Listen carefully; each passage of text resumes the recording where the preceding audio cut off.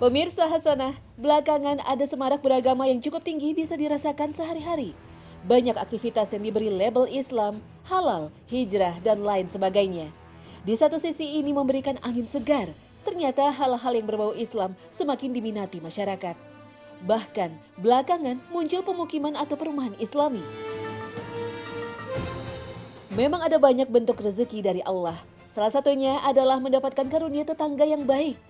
Dalam sebuah hadis, Nabi Shallallahu Alaihi Wasallam bersabda, di antara kebahagiaan seorang muslim di dunia adalah tetangga yang baik, rumah yang luas, dan kendaraan yang menyenangkan. Hadis riwayat Ahmad dan Al-Hakim. Kerukunan dan keramahan tetangga menjadi salah satu faktor penentu kenyamanan hunian. Ketika tinggal di perumahan syariah yang mayoritas penghuninya muslim, ada kemudahan dalam mendidik anak.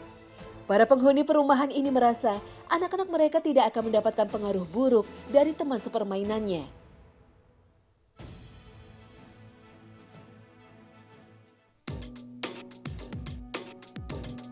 Perumahan berkonsep syariah mudah ditemui di wilayah yang berbatasan dengan kota besar. Misalnya di kota Depok, Jawa Barat yang menjadi daerah penyangga ibu kota Jakarta. Meski marak dalam kurun waktu 5 tahun terakhir, munculnya pemukiman syariah ini semakin mengukuhkan bahwa ada tren yang bergeser dan pergeseran ini menuju pada religiusitas. Nah, kalau kita melihat sebenarnya bagaimana perumahan-perumahan itu tadi bisa muncul, yang memang bisa kita cermati di sini adalah bahwa ada satu tren kehidupan dari masyarakat modern saat ini yang mereka juga ingin kembali untuk menyeimbangkan kualitas hidupnya. Di era modern segala macam kesibukan dan perhatiannya yang sangat tersita untuk kebutuhan dunianya, tapi di satu sisi juga mereka merasa ada kebutuhan spiritual yang juga memang mereka harus penuhi, dan pada akhirnya kebutuhan spiritual, keseimbangan keagamaan itu tadi seolah-olah bisa dipenuhi dengan tadi mereka mendapatkan lingkungan dengan konsep yang Islami itu tadi, Mas, di situ. Selain lingkungan yang bernafaskan Islam, proses untuk mendapatkan hunian Islami ini pun dilakukan dengan proses yang tidak melanggar syariat agama. Proses jual beli hanya dilakukan melalui lembaga keuangan syariah. Seluruh akad dan perjanjian jual beli, baik secara tunai maupun kredit, dipastikan bebas dari riba dan tidak melanggar aturan syariat Islam. Desain dan bentuk rumah pun juga mengacu nilai agama.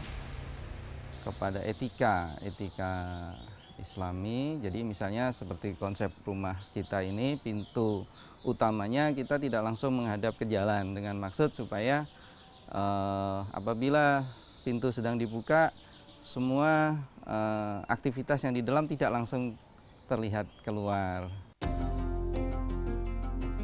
Dalam syariat Islam, rumah adalah aurat. Oleh karena itu, berkembanglah konsep arsitektur rumah Islam dalam sejarah peradaban Islam.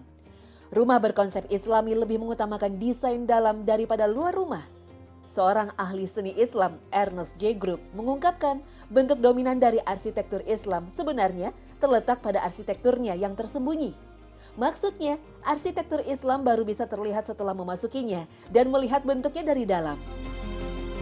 Konsep rumah ini mulai berkembang setelah wafatnya Rasul Shallallahu Alaihi Wasallam pada masa Khulafaur Rasyidin dan berkembang pesat pada masa Umawi.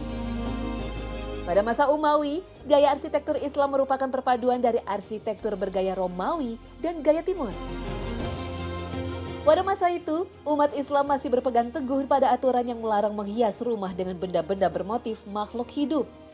Sebab itu dikembangkanlah seni kaligrafi dan seni ornamen yang bermotifkan tumbuh-tumbuhan dalam mendekorasi rumah ataupun masjid.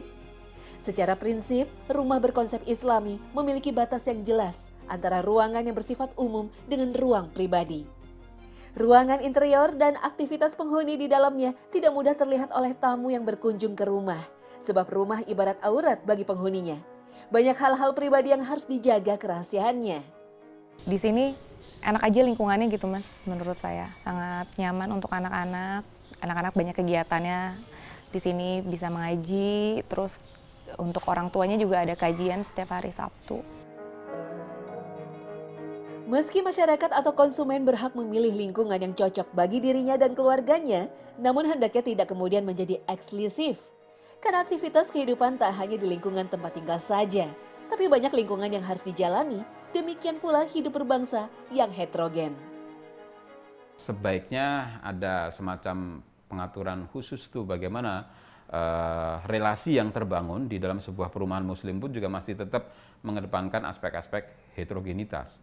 Karena kalau kita lihat tadi ya, maraknya perumahan-perumahan seperti itu ya memang tidak lepas dari ini, kebutuhan dari pasar yang ada gitu, hanya masyarakat untuk bisa menjaga keseimbangan di dalam kehidupannya gitu.